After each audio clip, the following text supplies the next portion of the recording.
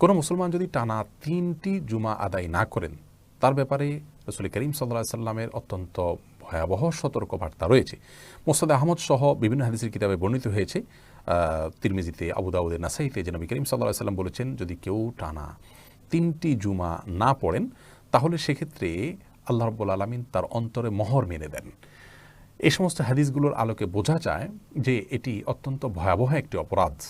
এমনিতেই যে কোনো ওয়াক্ত নামাজ যদি ইচ্ছাকৃত কেউ না পড়েন তাহলে এটা এক ধরনের কুফরি, এটি হারাম একটি কাজ। একজন মুসলমানের জন্য কোনো অবস্থাতে এই হারাম কাজটি করা সম্ভব নয়।